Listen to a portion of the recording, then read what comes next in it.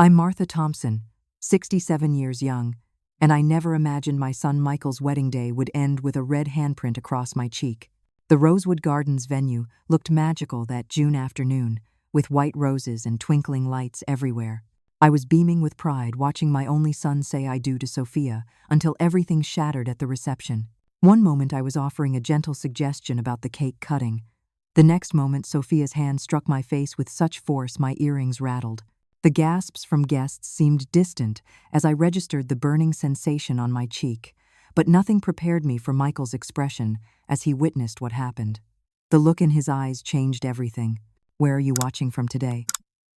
Drop your location in the comments so I can picture my wonderful viewers around the world. If you've ever experienced family drama at a special event, hit that like button. Trust me, this story has twists you won't see coming. Subscribe now to join our Grandma Stories family because I'm about to share exactly what happened next and how my son's reaction turned his bride whiter than her wedding dress. 2 years before that fateful wedding day, Michael brought Sophia home for Sunday dinner. I remember how she complimented my antique china collection and asked for my lemon chicken recipe. With her warm smile and attentive questions about our family history, she charmed me completely. Michael looked so happy, his eyes following her every movement. Since losing his father to cancer 5 years earlier, I hadn't seen such lightness in my son's demeanor. "Mom, she's the one," Michael told me later that evening, helping me with dishes while Sophia took a phone call in the garden. I've never met anyone like her. I hugged him, genuinely thrilled. After supporting him through college, his medical residency, and the grief of losing his father, all I wanted was his happiness. Our close relationship had been my anchor after becoming a widow, and I treasured our weekly dinners and holiday traditions. Looking back, I should have noticed the warning signs. How Sophia's warm demeanor would occasionally slip when Michael left the room, replaced by a cool efficiency. How she'd check his phone when he wasn't looking. How her questions about our family's financial situation seemed just a bit too specific. Over the following months, Michael's calls became less frequent. Our Sunday dinners dwindled from weekly to monthly to when we can fit it in. When I did see them, Sophia would answer questions directed at Michael, her hand possessively on his arm. "Michael's so busy at the hospital," she would explain. "I'm managing our social calendar now so he can focus on his career." His friends noticed the change too. Tom, Michael's best friend since elementary school, called me concerned. "Has Michael seemed different to you?" he asked. "We barely see him anymore. He missed our annual fishing trip for the first time in 15 years because Sophia had planned a weekend with her college friends. When Michael proposed 6 months after meeting Sophia, I tried to be supportive despite my reservations. The engagement party was held at Sophia's parents' country club. An elaborate affair where I felt distinctly out of place in my department store dress among designer outfits. Sophia's mother, Vivian, made it clear I was not to be involved in any wedding decisions. "We have a specific vision," she told me, champagne glass in hand. "And as we're covering most expenses, we'll handle the planning. Just show up looking presentable." I swallowed my hurt, remembering how I'd been saving since Michael was born for his wedding day, money he had insisted on using for medical school instead. The modest contribution I could offer now was politely declined. Wedding planning proceeded without me. My suggestions for including Michael's father's memory in the ceremony were dismissed. The location was changed from our hometown church to an exclusive venue near Sophia's parents. Even the guest list was controlled. Many of our family friends received last-minute disinvitations due to space constraints. Michael seemed caught in Sophia's spell, apologetic but unwilling to contradict her. "It's easier to go along with what makes her happy, Mom," he said during one of our increasingly rare private conversations. "Her family has certain expectations." The night before the wedding, as I ironed my carefully selected outfit in my hotel room, I couldn't shake my growing unease. I loved my son enough to support his choices, but something about Sophia's behavior toward me felt calculated rather than merely thoughtless. I'd never voiced these concerns to Michael, but alone in that room, I admitted to myself that I feared what life might look like after they said I do. The morning of the wedding dawned bright and clear. I arrived at Rosewood Gardens early, hoping to help with any last-minute preparations. The venue was stunning. an elegant converted mansion with manicured gardens and a glass-enclosed reception area overlooking a lake. I found the bridal suite where Sophia was surrounded by her bridesmaids and her mother. When I entered, the animated conversation halted. "Martha," Sophia acknowledged without warmth. "You're here awfully early. I thought I might help with anything that needs doing," I offered, setting down the small gift bag I'd brought. Vivian exchanged glances with Sophia. "The wedding planner has everything under control. Perhaps you should get yourself ready? That dress needs tension." Her gaze flickered critically over my attire.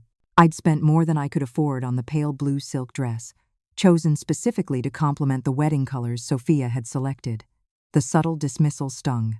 "Before I go," I said, lifting the gift bag, "I brought something special for Sophia. It's a tradition in our family." Inside was a delicate pearl necklace that had belonged to my grandmother, worn by me at my wedding, and meant to be Sophia's something borrowed. As she opened the box, I explained its significance.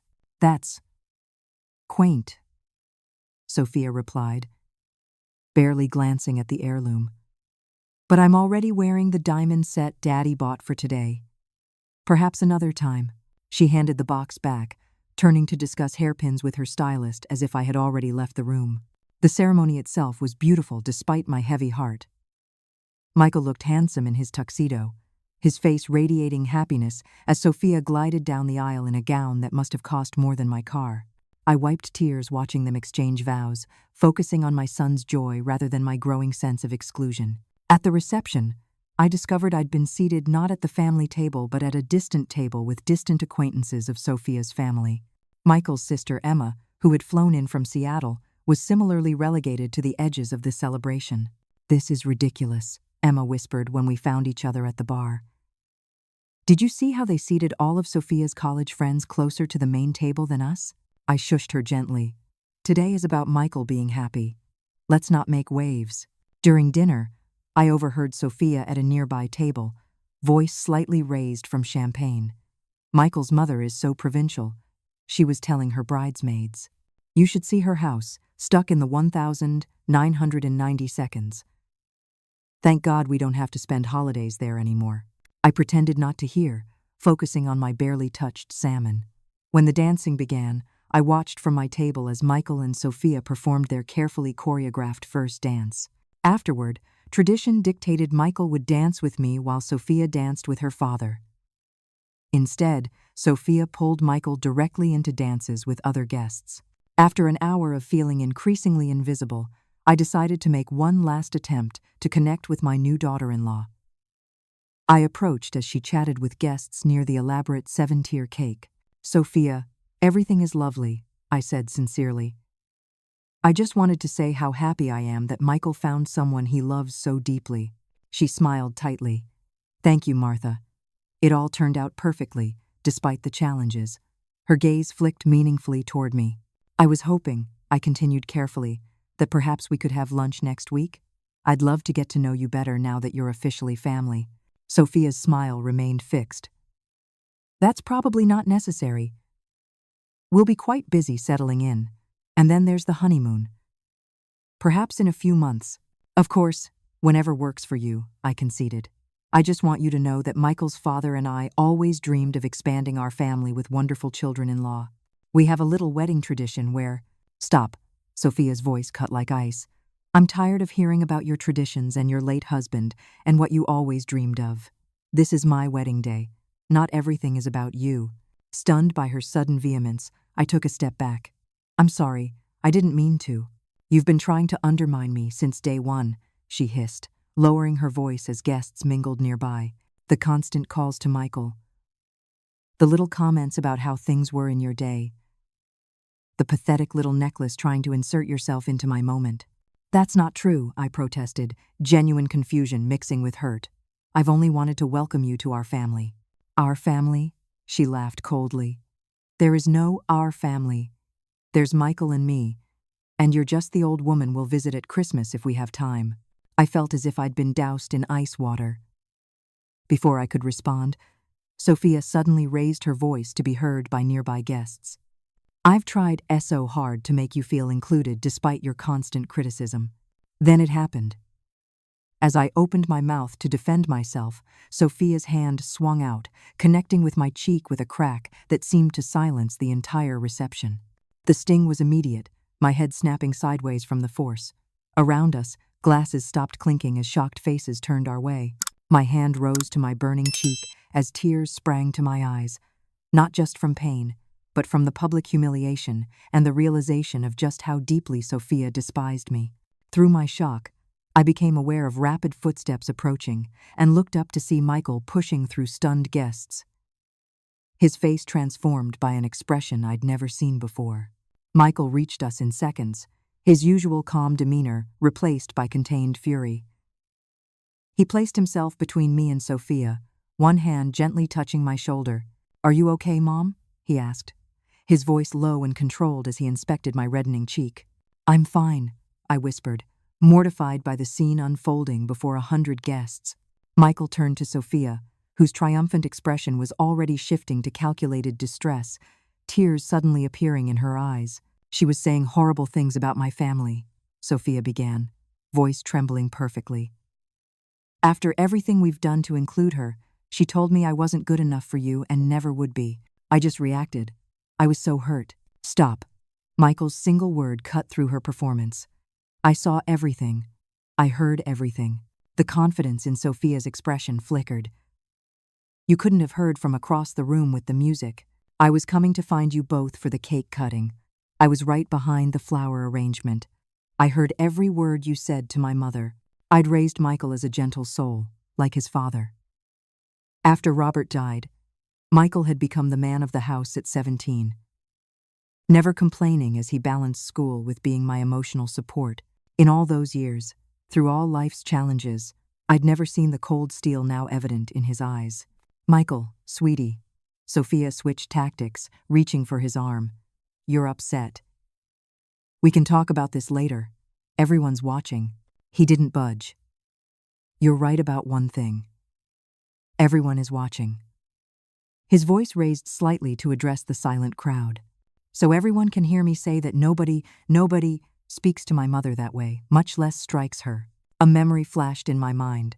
8-year-old Michael standing up to a playground bully who'd pushed a smaller child. Even then, his moral compass had been unwavering. "You don't understand," Sophia hissed. "She's been undermining us from the beginning. All those calls, always needing your attention, criticizing my choices." "That's interesting," Michael interrupted, "because Mom has barely been able to reach me for months. Calls that go to voicemail. Messages I supposedly never received." Sophia's face began to pale. "In fact," he continued, "I've noticed a lot of strange things lately. How friends stopped calling. How Mom's birthday gift to me supposedly never arrived, until I found it hidden in your closet last week." Gasps rippled through the crowd. Sophia's mother stepped forward, outrage on her face. "Michael, this is hardly the time or place. With all due respect, Vivian, your daughter just assaulted my mother in front of everyone. I think we're past worrying about social niceties." Sophia's face had lost all color now, her carefully constructed image crumbling as Michael continued, his voice steady. "For months I felt like something was wrong but couldn't put my finger on it. Mom seemed distant, but you kept saying she was choosing not to be involved. My friends stopped reaching out, but you said they were just busy. Everything and everyone I cared about before you gradually disappeared, and somehow it was always their choice, never anything to do with you." Sophia switched to pleading. "Baby, you're confused. You're letting one little misunderstanding ruin our wedding day." Her hand clutched at her custom designer gown. "We can work through this tomorrow." "There's nothing to work through," Michael replied, his voice softening not with forgiveness but with certainty. "What I just witnessed shows me exactly who you are, and it's not someone I want to spend my life with." Sophia's face crumpled in genuine shock, her carefully curated persona shattering as she realized her miscalculation. She had gambled that Michael's devotion to her outweighed everything else, including his bond with me. Emma had reached us by then, putting her arm around my shoulders as Michael continued addressing the silent room. "I apologize to everyone for what you've witnessed today. Please enjoy the dinner and drinks. But I'm afraid the celebration is over. With that, he gently took my elbow and began leading me away. Sophia's composure broke completely. "You can't leave me at our wedding," she shrieked, lunging toward him. Her father intercepted her, whispering urgently in her ear as Michael, Emma, and I walked steadily through the parting crowd toward the exit. Behind us, chaos erupted as guests began talking all at once, Sophia's wails rising above the din. In the quiet of the garden outside, Michael finally stopped, his shoulders slumping as the adrenaline ebbed. "Mom, I am so sorry," he said, his voice breaking. "I had no idea she would, that she could." "Neither did I admitted, still stunned by everything that had transpired. Emma, practical as always, was already on her phone. "I'm calling a car. We're getting out of here before the media circus begins." As we waited, Michael looked back at the venue where his wedding celebration had imploded minutes earlier. "I should have seen the signs," he said quietly. "I should have trusted my instincts." I squeezed his hand, my heart breaking for my son, even as my cheek still stung from Sophia's slap. Sometimes the people we love can blind us to reality. He looked at me then, really looked at me for what felt like the first time in months. "When did you last receive a call from me? An actual call, not a text?" "Valentine's Day." I answered without hesitation. "You called to say you couldn't make dinner because Sophia had surprised you with reservations." Michael closed his eyes briefly. "I never made that call, Mom. And I've left dozens of voicemails for you since then." As the car arrived to take us away from the beautiful venue, now hosting the ruins of what should have been the happiest day of Michael's life, I realized we were just beginning to understand the extent of Sophia's deception. The elegant hotel suite Michael had booked for after the wedding became an impromptu crisis center. Emma ordered room service while Michael paced, his tuxedo jacket discarded, bow tie hanging loose around his neck. "I should go back and talk to the guests," he worried aloud. "Explain something, at least to our side of the family. Uncle Peter is handling it," Emma assured him, phone in hand. "He's told our relatives the basics and asked them to give you space.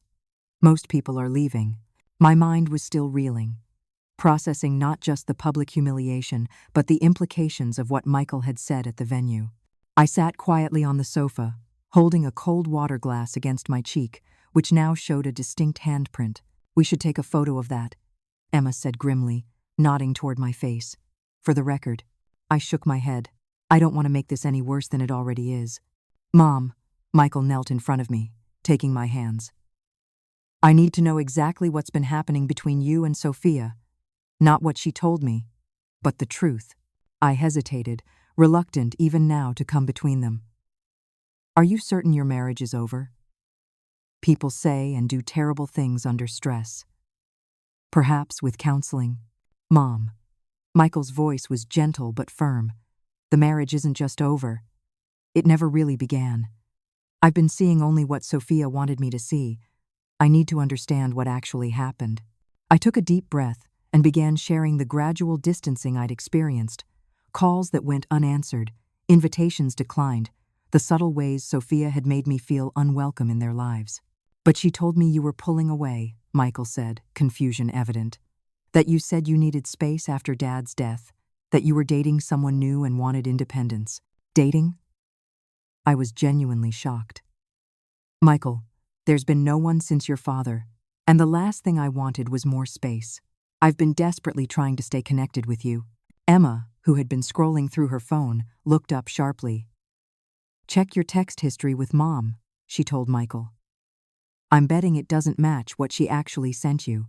Michael pulled out his phone, showing me our supposed text exchanges over recent months. I read with growing horror messages I'd never written, canceling plans, declining invitations, even criticizing Sophia. "I never sent any of these," I whispered. "I've barely been able to reach you by text at all." A knock at the door interrupted us. Emma answered to find Tom, Michael's best friend, still in his groomsman tuxedo.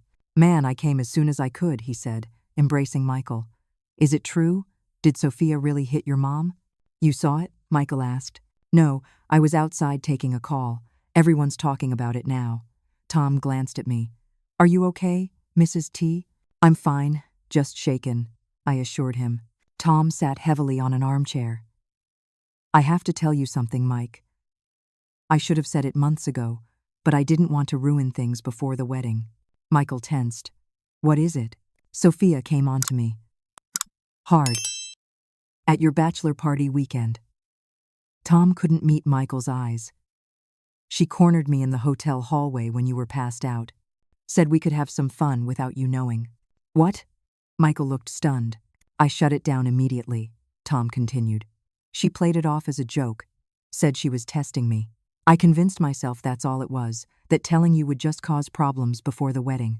Before Michael could respond, Emma made a small sound of triumph, holding up her phone. I knew it. Look at these Instagram posts from Sophia's private account that her cousin just sent me.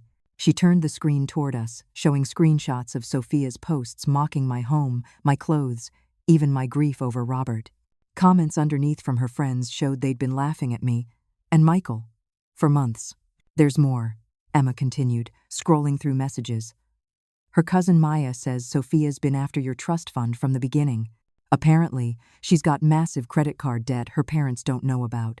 Maya felt guilty, keeping quiet after seeing what happened today. Michael sank onto the couch, head in his hands. How could I have been so blind? The revelations continued into the evening. Michael's phone buzzed constantly with messages from wedding guests sharing their own observations. Sophia flirting inappropriately with Michael's colleagues, making disparaging remarks about his career ambitions, rolling her eyes whenever his family was mentioned. She controlled everything so carefully, Michael said, scrolling through messages. I never got your calls because she'd installed some call blocking app on my phone. She volunteered to handle RSVPs so she could disinvite people she didn't want there. She even had my tux measurements altered so I'd think I'd gained weight.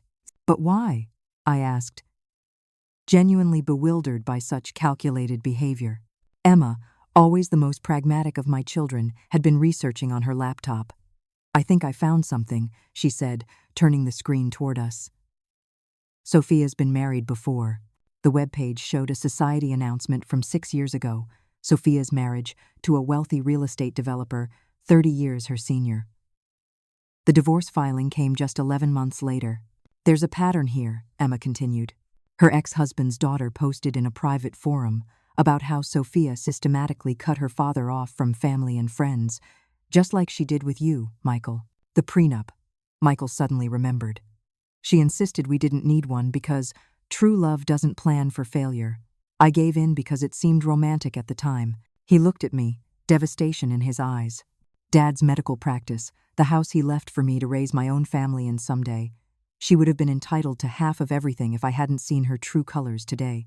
As the night wore on and the full extent of Sophia's deception unfolded, I felt a complicated mix of emotions. Relief that the truth was finally exposed, heartbreak for my son's pain, and lingering shock from the public humiliation.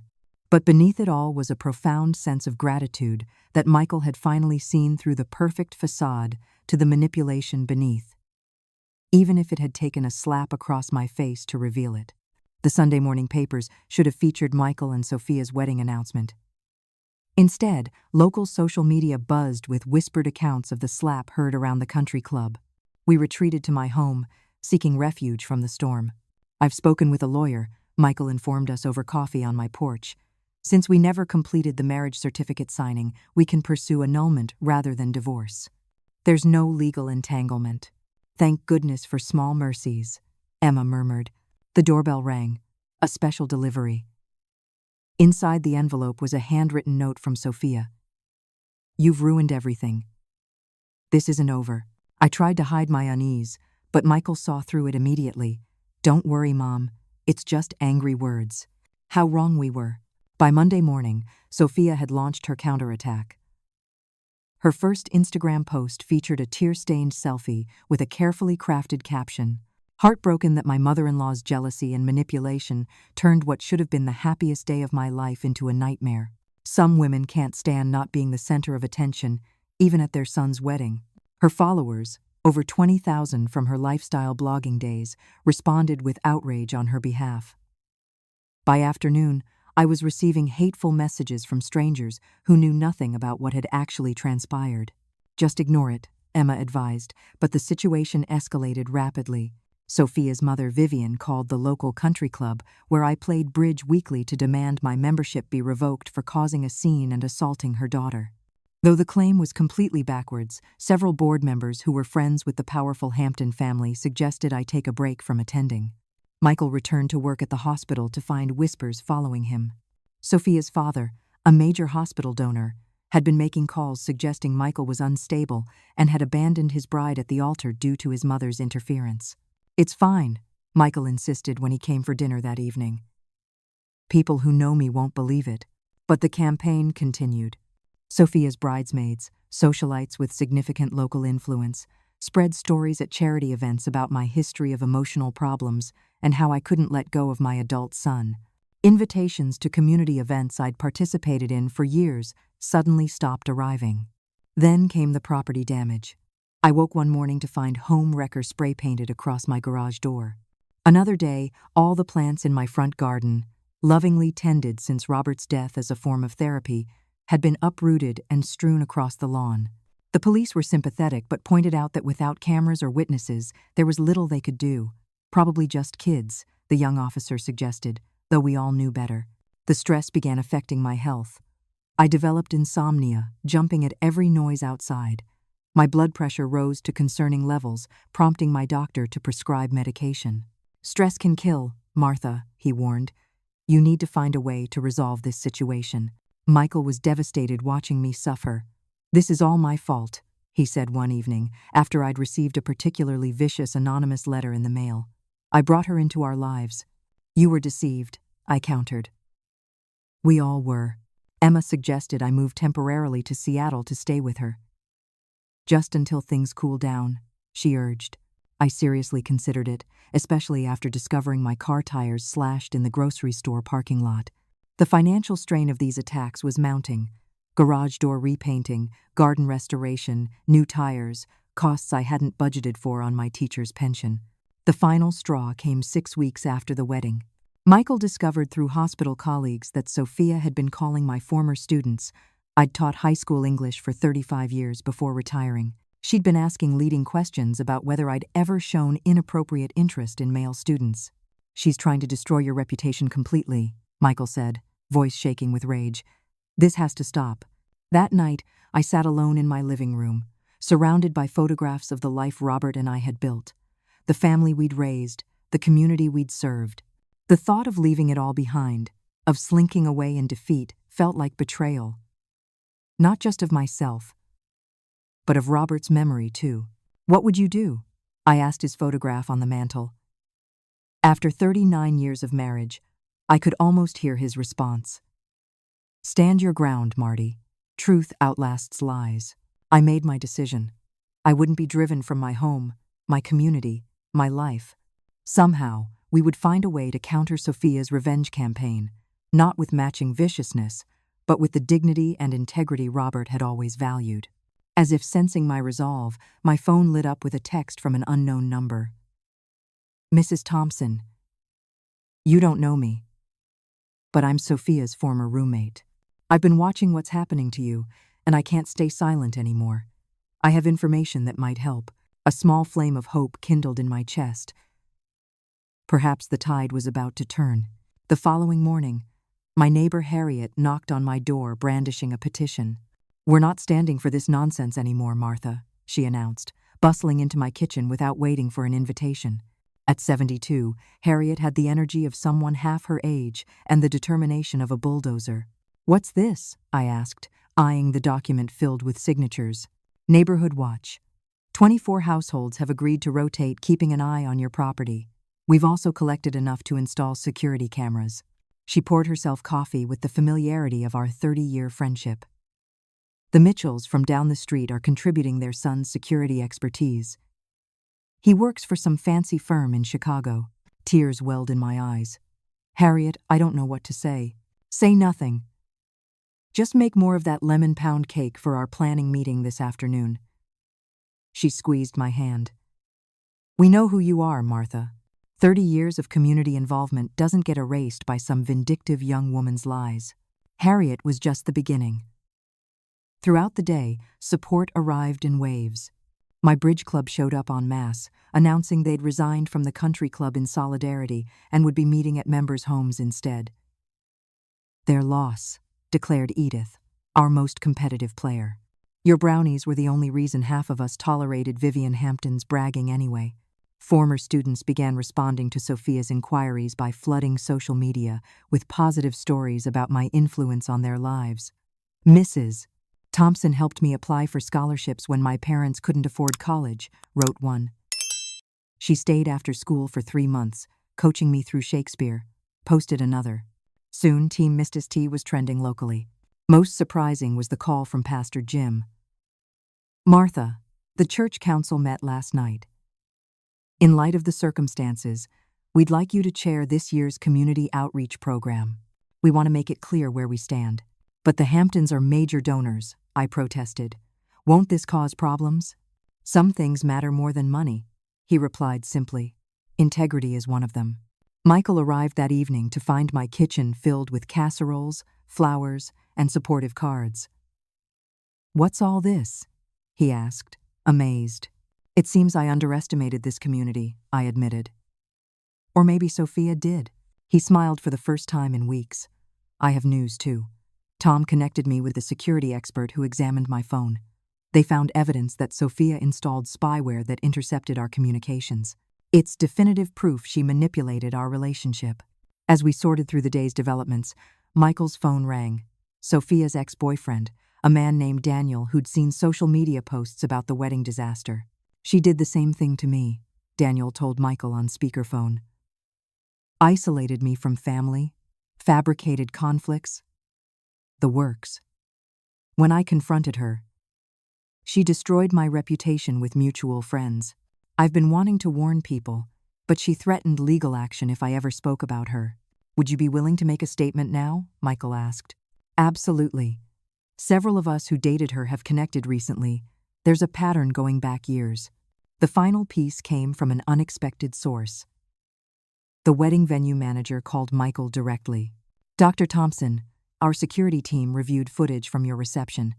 We have clear video of Miss Hampton striking your mother unprovoked. We'd normally keep this confidential. But given the public accusations being made against your family, we felt you should know this evidence exists. That evening, we gathered at my kitchen table. Michael, Emma, Tom, Harriet, and several other key allies to develop a strategic response to Sophia's campaign. The consensus was clear. We needed to correct the public record without descending to her level of character assassination. Mom's Reputation Defense Committee is officially in session, Emma announced with characteristic efficiency. Let's begin. Over the next week, our counteroffensive took shape. The gardening club organized a community beautification day, starting with restoring my vandalized garden, covered by local news as a show of support for beloved retired teacher. Former students created a website sharing positive stories about my teaching career, quickly gathering hundreds of submissions. The security footage from the wedding venue was not publicly released, but its existence was privately communicated to key community figures who had been influenced by the Hamptons' version of events. Knowing video evidence contradicted Sophia's claims caused many to reassess their positions. Daniel and 2 other former partners of Sophia's provided written statements describing her pattern of manipulative behavior, which Michael's lawyer kept on file in case legal action became necessary. Their stories were remarkably consistent with what we'd experienced. Most powerfully, my friend Pauline from church, a retired psychologist, organized a support group for families affected by relationship manipulation. We're not naming names, she told me, but creating a space for healing while educating the community about these dynamics. The well-attended first meeting featured expert speakers on recognizing emotional abuse and supporting loved ones who've been targeted. 3 weeks into our response campaign, I received an unexpected visitor. Maya, Sophia's cousin, who had provided Emma with the damning Instagram posts, stood nervously on my doorstep. I wanted to apologize in person, she said, twisting her hands. I should have spoken up sooner about what Sophia was doing. I was afraid of family backlash, but staying silent was wrong. Over tea, Maya revealed that Sophia's parents had begun to question their daughter's version of events as contradicting evidence emerged. Uncle Hampton found financial records showing Sophia had maxed out secret credit cards. It's caused a huge family rift. They're sending her to a treatment program in Arizona. I'm sorry for their pain, I said, and meant it. No parent wants to discover their child capable of such behavior. You're being kinder than most would in your position, Maya observed. As she left, I felt a weight lifting. The tide had definitively turned, not through matching Sophia's vindictiveness, but through community solidarity and a commitment to truth. That evening, Michael called with news from the hospital. The board met today. They've issued a formal statement of support for me and apologized for giving credence to unsubstantiated rumors. Dad's old partners really went to bat for me. Your father would be proud, I told him, of how you've handled all of this. For the first time since the wedding disaster, I slept through the night without anxiety. The security cameras Harriet's committee had installed recorded nothing more threatening than a neighborhood cat exploring my restored garden. The truth was finally prevailing, and with it came the first fragile tendrils of healing. Just as life began returning to normal, a certified letter arrived. Sophia was suing me for emotional distress, claiming I had deliberately sabotaged her wedding through manipulative behavior, culminating in a public scene. She sought $200,000 in damages for humiliation, loss of reputation, and emotional suffering. This is absurd, Emma declared when I called my children in panic. She's the one who assaulted you. Michael arrived within the hour, his face grim. She knows we're rebuilding our reputation. This is her attempt to regain control of the narrative. We contacted Caroline Jensen, a respected attorney recommended by Michael's hospital colleague. After reviewing the case in her elegant downtown office, Caroline was reassuringly direct. This lawsuit is legally weak but emotionally devastating, which is precisely the point. Miss Hampton doesn't expect to win. She wants to drain you financially and emotionally through a prolonged legal process. So we should settle? I asked, heart sinking at the thought of paying Sophia anything. Absolutely not, Caroline replied firmly. We'll file a robust defense and a countersuit for assault based on the security footage. But more importantly, we'll pursue an aggressive discovery process. If Miss Hampton wants to put her version of events on legal record, she'll have to submit to deposition and document production. What does that mean exactly? I asked.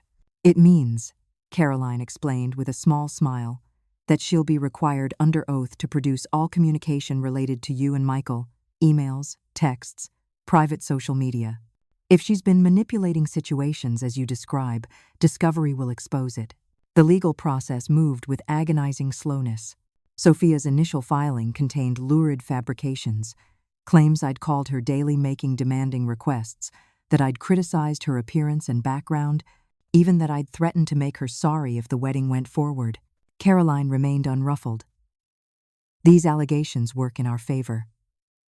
The more specific her false claims, the more thoroughly we can disprove them in discovery.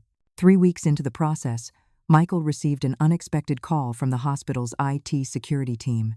During a routine system audit, they'd discovered unauthorized access to Michael's medical records and professional evaluation files. The login credentials belonged to Sophia. She accessed my personnel files? Michael was stunned. That's completely illegal, and potentially much more serious than our current countersuit, Caroline noted when we met to discuss this development.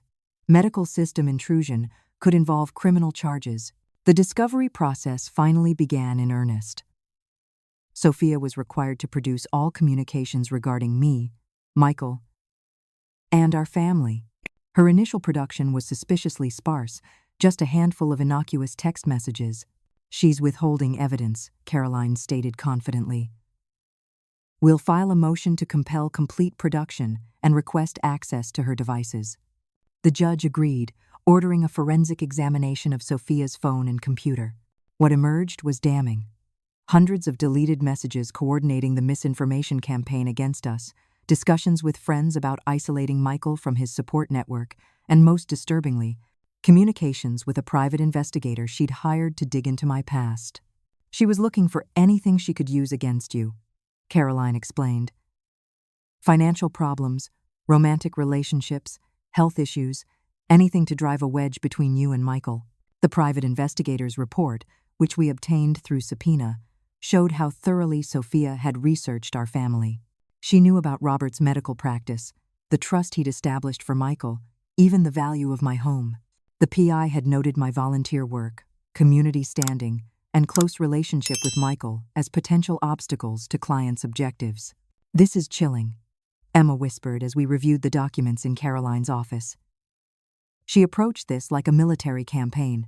Perhaps most surprising was the evidence showing Sophia's lawsuit was being secretly funded by her parents, despite their claimed disillusionment with her behavior.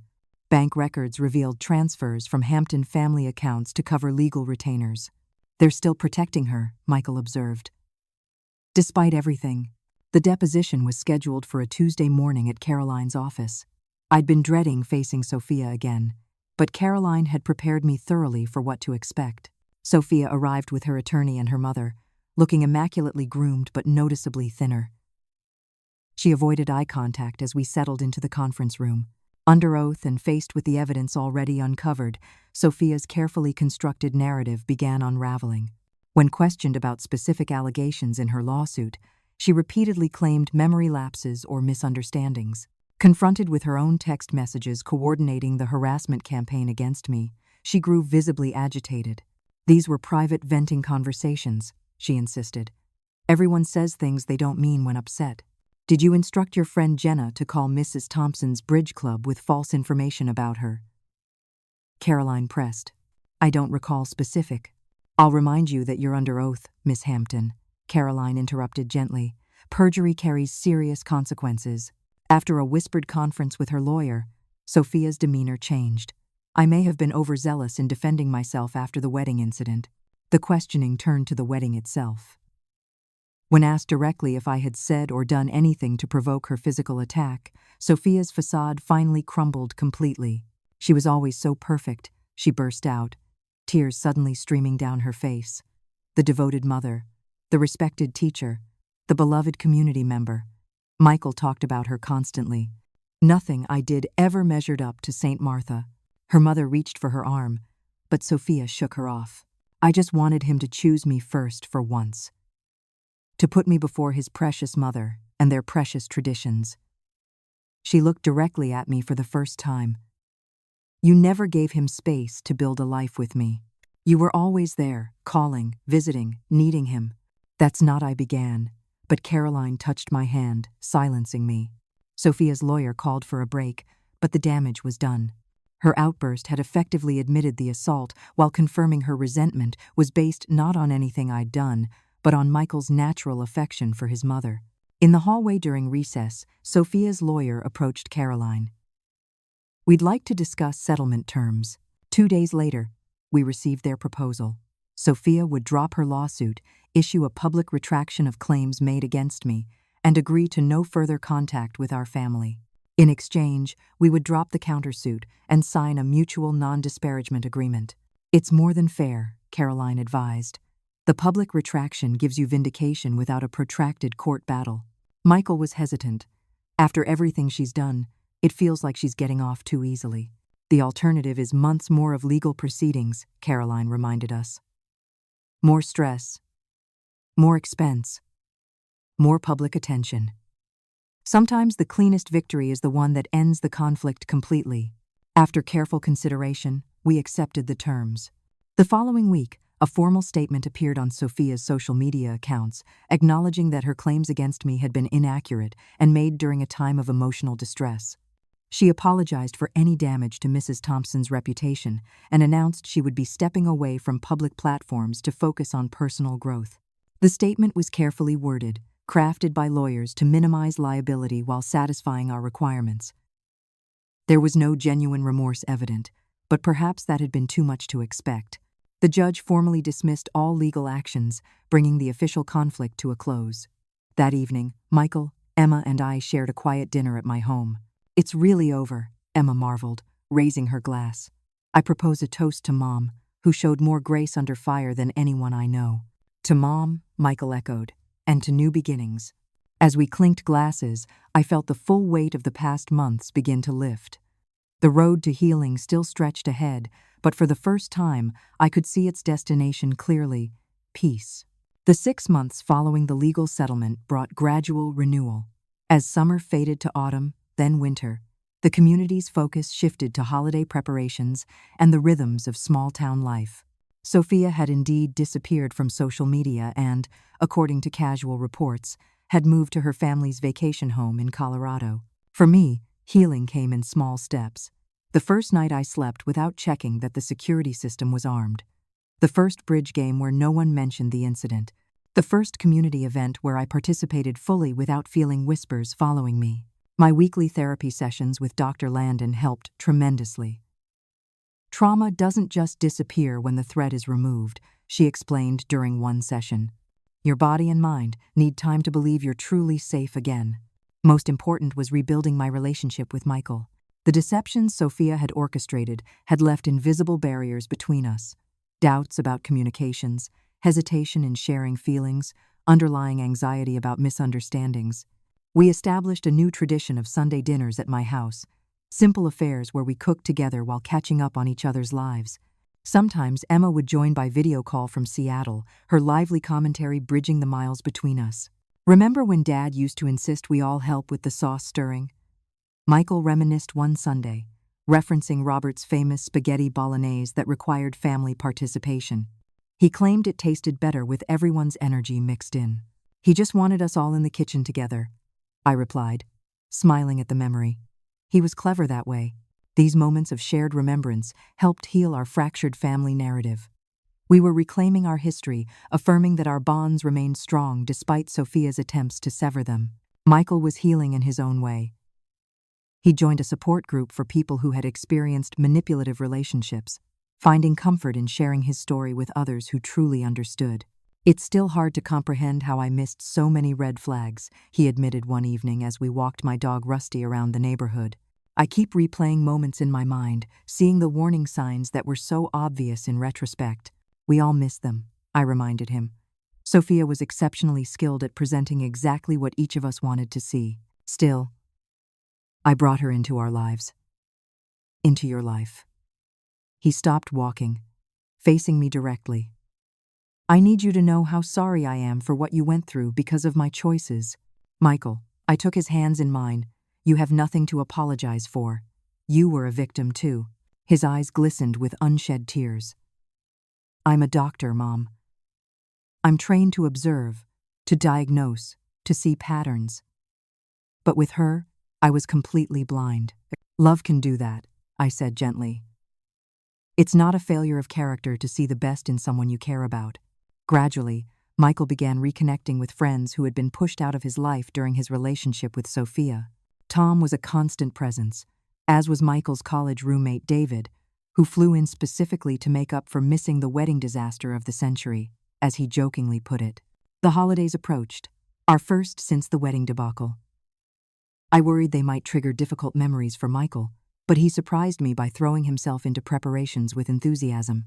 Dad always said holidays are for looking forward, not back, he reminded me as we hung ornaments on my Christmas tree, many of them handmade by Michael and Emma during their childhood years. At our small Christmas gathering, I noticed Michael checking his phone frequently, a slight flush coloring his cheeks each time. Everything okay? I asked when we had a private moment in the kitchen. Actually, yes, he admitted, looking almost shy. I've been talking to someone. Jenny Marshall. We went to high school together. She's a pediatric nurse at Children's Hospital now. My heart lifted at this news. Jenny, with the red hair, who was always rescuing stray animals? That's her, Michael smiled. We reconnected at a medical conference last month. She's coming over for New Year's dinner, if that's okay with you. More than okay, I assured him, resisting the urge to ask too many questions too quickly. Jenny proved to be exactly what Michael needed, kind, straightforward, with a warmth that was genuine rather than calculated. She asked me about my teaching career with real interest and insisted on seeing Michael's embarrassing childhood photos. Their relationship developed slowly, built on friendship and mutual respect, rather than whirlwind romance. My own healing continued through reconnecting with my community. Pastor Jim's invitation to chair the outreach program had been a blessing, giving me purposeful work helping organize food drives and support services for struggling families. The committee members, many longtime friends, created a safe space where I gradually regained my confidence. On a crisp January morning, Nearly a year after the failed wedding, I received an unexpected letter with a Colorado postmark. My hand trembled slightly as I recognized Sophia's handwriting on the envelope. For hours, I left it unopened on my kitchen table, unsure whether reading it would help or hinder my healing process. Finally, after speaking with Dr. Landon by phone, I decided to open it. The letter was surprisingly brief. Asterisk, Mrs. Thompson, asterisk, asterisk. After extensive therapy, I understand now how my actions hurt you and Michael. My behavior was inexcusable. The jealousy and insecurity that drove me doesn't justify what I did. Asterisk. Asterisk, I don't expect forgiveness, nor am I asking to re-enter your lives. I simply want to acknowledge the pain I caused and express genuine regret. Asterisk. Asterisk, I wish you and Michael peace and healing. Asterisk. Sophia. The letter contained no dramatic confessions or detailed explanations, just a simple acknowledgement of wrongdoing and expression of regret. I sat with it for a long time, examining my feelings. Did I believe her? Partially. The controlled handwriting and careful wording suggested therapy-guided reflection rather than emotional outpouring. Was it enough? For legal and practical purposes, yes. For emotional closure, perhaps not entirely, but it was something. I debated whether to share it with Michael, finally deciding that withholding information, even with protective intentions, was too reminiscent of what Sophia had done. I texted him a photo of the letter without comment. His response came hours later. Interesting timing. Not sure how I feel about it. Me neither, I replied honestly. No need to decide right now. We never discussed whether to respond to Sophia's letter. Some wounds heal best when left undisturbed, and we were both focused on moving forward rather than revisiting the past. As winter melted into spring, life settled into new patterns. Michael and Jenny's relationship blossomed naturally, without the intense whirlwind pace that had characterized his time with Sophia. Emma received a promotion that would bring her back to our state, though in the neighboring city rather than our hometown. And I found myself gradually shedding the identity of the woman whose son's bride slapped her at the wedding. I was becoming, once again, simply Martha Thompson, teacher, mother, friend, community member. The experience had changed me, certainly, but it hadn't defined me. On a warm evening in late April, as I tended to my fully restored garden, I realized something important. I had stopped looking over my shoulder. The hypervigilance that had characterized the past year had faded without my noticing its departure. I stood among my blooming flowers, breathing deeply, and felt something I hadn't experienced in a very long time. Peace. 1 year to the day after the ill-fated wedding, I woke early and sat on my porch swing watching the sunrise. The anniversary had loomed in my mind for weeks, but now that it had arrived, I found myself filled with gratitude rather than dread. We had survived. More than survived, we had emerged stronger, wiser, and somehow more authentically ourselves. The day that should have marked Michael and Sophia's first anniversary instead became a celebration of new beginnings. Michael had received a significant promotion at the hospital, heading a new pediatric research initiative. Emma had officially relocated back to the area, settling into a lovely apartment just 30 minutes away. And I had finally said yes to teaching a creative writing course at the community college, my first return to the classroom since retirement. We gathered that evening for dinner, not just Michael and Emma, but a wider circle that represented our rebuilt support network. Jenny was there, now officially Michael's girlfriend, bringing her warmth and gentle humor to our gathering. Tom and his wife Lisa joined us, their friendship with Michael stronger than ever after weathering last year's storms together. Harriet came bearing her famous peach cobbler, representing the neighbors who had stood by me through the darkest days. As we sat in my backyard, strung with fairy lights for the occasion, Michael raised his glass. "To new beginnings," he said simply, "and to the people who help us find them." The evening was filled with laughter and easy conversation, no forced gaiety or elephant in the room, just the natural camaraderie of people who genuinely enjoyed each other's company. As darkness fell and fireflies began to appear, I found myself sitting alone for a moment, observing the scene with quiet joy. Emma dropped into the chair beside me. "Penny for your thoughts, Mom?" "I was just thinking about perspective," I replied. How differently this evening could have gone if Sophia hadn't shown her true colors that day. Emma nodded. Michael would be in a controlling marriage, gradually losing himself. You'd be increasingly isolated from him. I'd be the difficult sister who never warmed up to perfect Sophia. Instead, here we are. I gestured to the happy gathering. It's strange to feel grateful for something that was so painful at the time. That's wisdom, Emma said, squeezing my hand, seeing the bigger picture. Later, as guests began departing, Michael lingered behind. We sat together on the porch swing that had been a fixture of our home since his childhood. I have something to tell you, Mom, he said, a mix of emotions playing across his face. Jenny and I are looking at houses together. That's wonderful, I replied sincerely. She's lovely, Michael. We're taking it slowly. No rush toward marriage or anything. He looked out at the garden, then back at me. But I think she might be the one. The real one this time. I think so too, I agreed. And I couldn't be happier for you both. He hesitated, seeming to choose his words carefully. After everything with Sophia, I worried I might never trust my judgment again. That I'd second-guess every feeling, question every relationship. That would be understandable, I said gently. But then I realized something important. His eyes, so like his father's, held a newfound clarity. The problem wasn't that I trusted too easily. It was that I ignored the people who truly loved me when they expressed concerns. I was so caught up in the excitement that I stopped listening. We all get caught up sometimes, I offered. It's part of being human. Maybe, he acknowledged. But I've learned to balance heart and head better now, and to value the people who've always been there for me. He took my hand. Like you, Mom. That night, after everyone had gone, I sat alone in my living room reflecting on the journey of the past year. The public humiliation of the slap had been just the beginning. We had weathered a campaign of revenge, legal battles, and the painful process of rebuilding our lives and reputations. Yet somehow, through it all, we had found our way to this moment of contentment. Michael was healthier and happier than I'd seen him in years, flourishing professionally and building a relationship based on mutual respect rather than infatuation. Emma had returned to be closer to family, our bonds strengthened by shared adversity, and I had discovered depths of resilience I never knew I possessed. The experience had changed me in fundamental ways. I was more discerning now about people's intentions, more attentive to subtle warning signs in behavior. But rather than making me cynical, this awareness had deepened my appreciation for genuine relationships.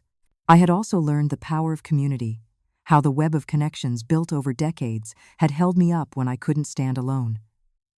From Harriet organizing neighborhood support to former students defending my reputation, from Pastor Jim's public vote of confidence to Caroline's legal expertise, each person had contributed to our family's healing and restoration. Perhaps most importantly, I had learned about forgiveness, not the easy kind that pretends harm never happened, but the complex, nuanced version that acknowledges pain while choosing to move beyond it. I hadn't forgotten Sophia's actions or the suffering she caused, but I had released the anger that once threatened to consume me. As I prepared for bed, I noticed Robert's photograph on my nightstand, his kind eyes seeming to approve of the peace I'd found. "We did okay, didn't we?" I whispered to him, a habit I'd never quite lost in the years since his passing. Our son turned out just fine.